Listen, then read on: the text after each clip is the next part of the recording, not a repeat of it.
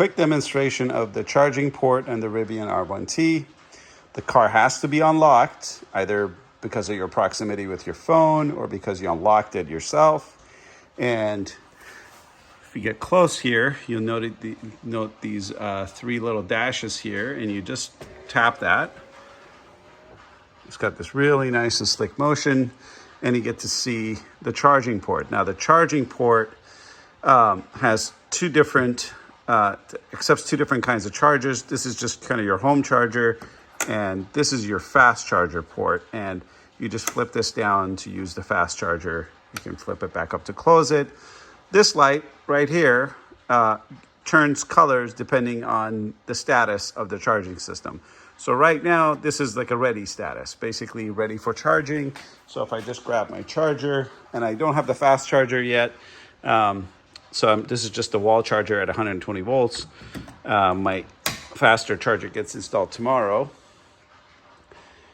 And right away, gives you a nice green signal in the front there, and gives you a pretty good feedback that the car is now charging.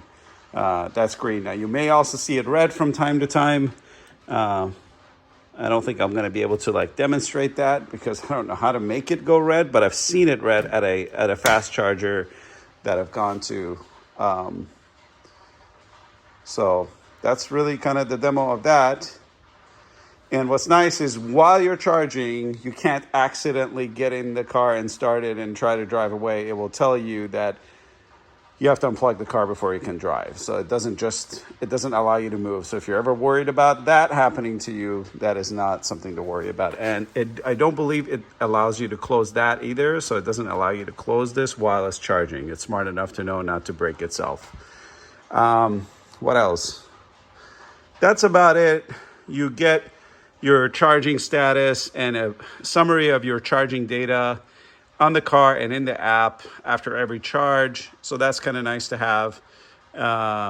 And depending on which, let's say you go to a fast charger somewhere, you can also check the app while it's charging, or you can check the app of the fast charging network while it's charging. And they're both pretty much in sync with each other and accurate.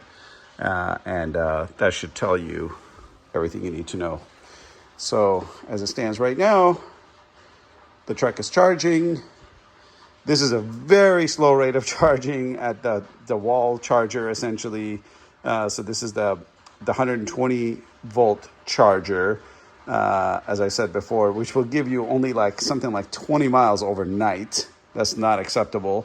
But once you get the fast charger installed, which I'll have installed tomorrow, and I'll show you guys that in a separate video, then you'll get supposedly advertised 25 miles per hour of charging. So overnight, 8 hours of charging, you should get about 200 miles of range, give or take a few, depending on where you are in the charging curve. If you're near empty, you'll get your full 200 miles. But if you're more than halfway there already, you may get a lot less because the charging curve slows down as you go past 60% of charge, and then it just drops and drops further and further the closer you get to 100. Hopefully this helps answer some of your questions regarding Rivian R1T and R1S charging. I'm sure they're going to work exactly the same way. If you have any questions, leave them in the comments below. And click that subscribe button so that you see whenever I put out more videos, which I intend to.